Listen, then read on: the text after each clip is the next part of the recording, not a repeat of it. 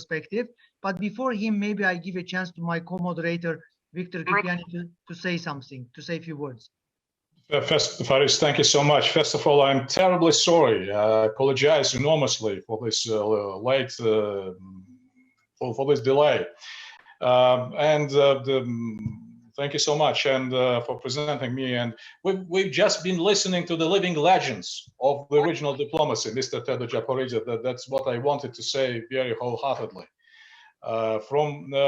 And we have very few in our lifetime. So the students who have joined this session are very lucky enough that they could read about those names, not just in books, but they're watching, listening, and digesting, what they're saying. So this is a really very unique opportunity in many respects, but including in this respect as well. So thank you again. Let me make just a few statements, Maurice. It will take probably 2 or 3 minutes from my side. That we really have a unique partnership. As I'm always saying, strong and prosperous Azerbaijan is in strategic interest of Georgia, and likewise, strong and prosperous Georgia is in strategic interest of Azerbaijan, and this is not accidental. As Mr. Zaporizhzhia has mentioned, the interdependence between two countries has been laid down in the 90s of the last centuries, and today we have this grown interdependence and grown connectivity, and that grown interconnectivity is reflected from my point in several very key elements. Element number one, that we have very strong cultural ties, which is really makes all of us very much proud of. The second, it's about ethnic Azerbaijanis, nationals of Georgia, and it's about ethnic Georgians, nationals of Azerbaijan. That's another unifying factor. And the last but not the least, that it's about common regional interests in the South Caucasus. And our interests basically, again, are combined by 3 basic elements. It's about peace, it's about stability, it's about respect for international law and order.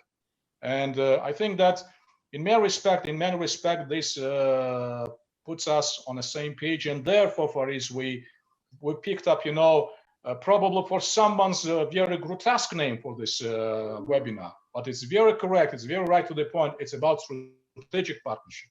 So I really very well welcome, this opportunity. I hope that we will have some many interesting connections as well, down the road. So thank you so much indeed. Thank you, Faris. And without expanding on the Manisi case, even though it's more important, this type of communication, because by this type of communication, we're building a platform for a healthy exchange of the right and objective information. So once we will succeed in building it up on a systematic basis, that would help our official stakeholders a lot. So to some extent, we bear the same responsibility, because if any specific region, either Azerbaijan or Georgia, explodes, it means exploding whole decades of the strategic partnerships which we have been building so far. So again, without exaggerating the importance of this event, but also without diminishing it. So I'll go next to Mr. Zurab Gumberidze, and who is a doctor of the Technical University of Dresden. He worked as a professor at the university, and since 1995 he is in the diplomacy. For our esteemed students, just to know, my dear fellows, that Mr. Gumberidze was the ambassador of Georgia to the Republic of Azerbaijan. And it's also a special pleasure for me to note that he was awarded by the President of the Republic of Azerbaijan, Mr. Ilham Aliyev, for his special role in the formation of cultural, economic, and political relations between Azerbaijan and Georgia. Awarded with the order, it would be hard for me to pronounce in Azerbaijan language, with the Order of Glory. So Zurab knows perfectly the context of bilateral relationships. So Zurab, the floor is yours, and thank you for joining us. Hello, Zurab? Yeah. Microphone speak. First, few statements to clarify from our side and from my side, and these are my personal observations. Georgia's approach to Nagorno-Karabakh, it's not about being anti-Armenian or pro-Armenian. It's about being pro-international law.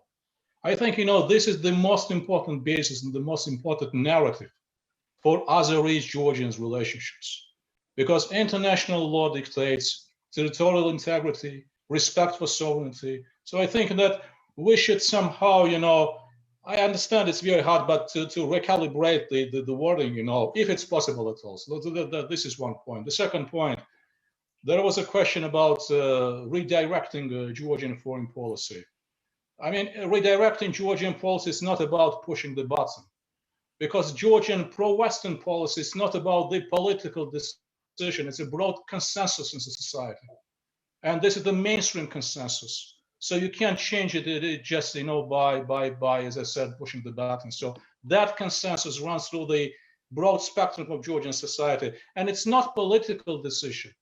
It's a civilizational choice. This is the second point. Next. Mr. Tedros Zaporizhzhia has mentioned very precisely, when we speak, and I think Dr. Aptsiauri mentioned the same, the new reflection of multilateralism, it's about region-based orders. And I think that we should think, both Baku and Tbilisi should start thinking in terms of those realities. How Tbilisi's value in terms of high integration with the West and Baku's value of its multi-vector policy could contribute to reaching, that stability and interconnectivity in the region. For someone, those are diverging rules. But if you ask me, we could find a good synergy. So that's the next statement. And the final one. When we speak about Baku, Yerevan, and the Tbilisi, of course, ideally, would be great to think about the united or common South Caucasian economic space. But in a foreseeable future, unfortunately, it's not possible. Therefore, the nexus, the good practice which we have already between Azerbaijan and Georgia should be exploited to the largest extent possible. And my fellow students, I would encourage you to think, from wider perspective. When we speak today about the redesign of global supply chain, and when various regions are starting to compete with each other, how we could put ourselves on the same page even strongly, even more strongly, even more competitively, when we see ourselves, through the world optics, So I would encourage you, to think, from those perspectives. And the last statement, and I really promise this is the very last.